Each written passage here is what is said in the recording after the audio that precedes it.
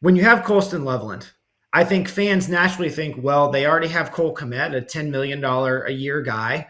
But it seems like what Ben Johnson is saying is that these two tight ends can coexist within this system. They play tons of 12 personnel. They're fundamentally different players.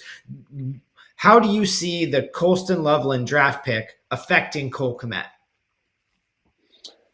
I don't see it affecting it at all. I really don't. Interesting. Just for what you said, and I lived this thing when I was the head coach of the Dolphins, and we every year we played New England, and they had at the time Hernandez and Gronkowski, Mhm. and if they're, I'll tell you what it does to a defense. It stresses the defense because if they're both in the game, if three receivers are in the game, you're going to play pass. You got to have a nickel that can help the run, okay, on the slot. But for the most part, you're playing pass, or the runs are not going to be any type of power runs.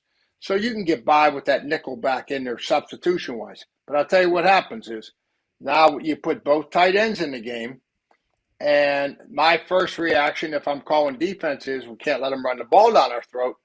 Put our linebackers in. We're going to play base defense against two tight ends. Well, all of a sudden, they shift Colson out or they shift Kmet out.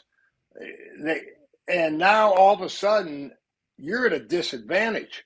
Now I've got my linebacker moved out of the box area. I've got my linebacker lined up to cover a guy that I really don't want him covering in space in Colson.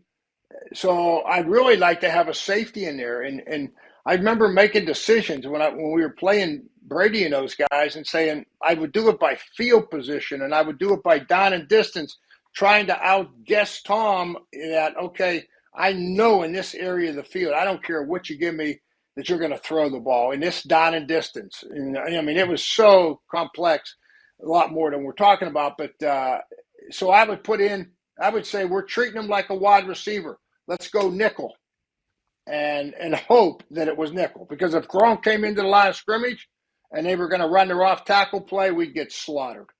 We were not slaughtered, but we were at a disadvantage.